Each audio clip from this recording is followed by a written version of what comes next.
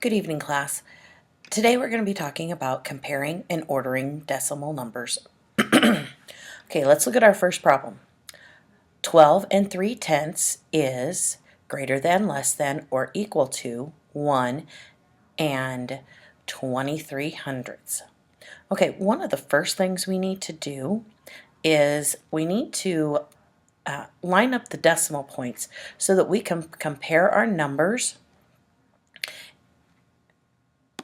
by place value.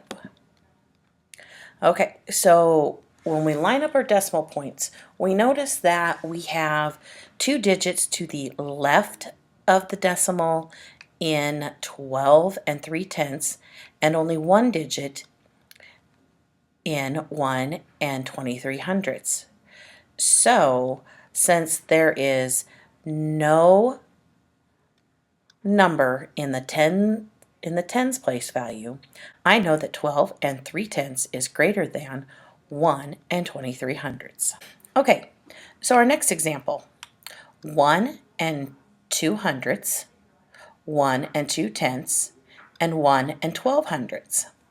Well, if we look at a number line, all of these numbers, because there's only a 1 in the ones place, fall between 1 and 2 on a number line.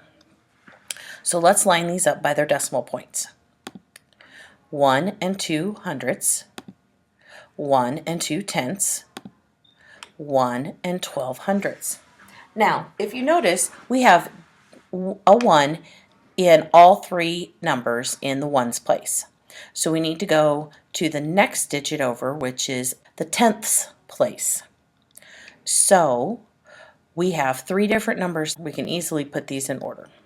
So the order would be 1 and 2 hundredths, 1 and 12 hundredths, and 1 and 2/10. Okay, so we're going to take a look at some video of the swimming at the Olympics, because we're going to talk about, down here in the bottom corner here, you'll see the time. And we're going to talk about the time because we're talking of hundredths of seconds, and determining who's fastest and slowest can be a little bit difficult. So let's watch. The Olympic Games, and he's the lead-out swimmer for the USA. Okay, notice right here is our lead swimmer. You can see what that, and that's what this time is his time. And he's in lane 5, and in lane 4 it's Walker Hebron of Great Britain. Okay, so now we're going to look at what happens with the time when right now, the time is still under a minute. Let's see what it looks like when we switch it over to beyond a minute. Great Britain might have been 4th at the turn, so it's a long catch-up for Petey. Okay, notice how they indicate 1 minute and 3.6 seconds.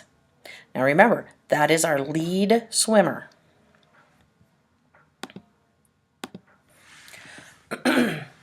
Okay, so here is the end of the race after they have all come in and won. You notice the United States, instead of having a number 1 there, it says OR, which is an Olympic record. So let's look at our records. Over here we have our world record and an Olympic record, and over here we have the time for the United States. So I'd like you to put these in order. Pause the video.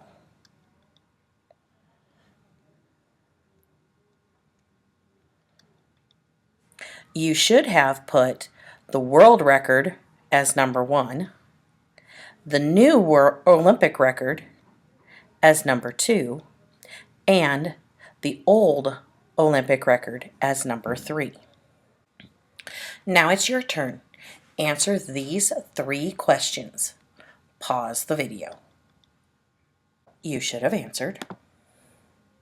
If you have any questions, ask in class.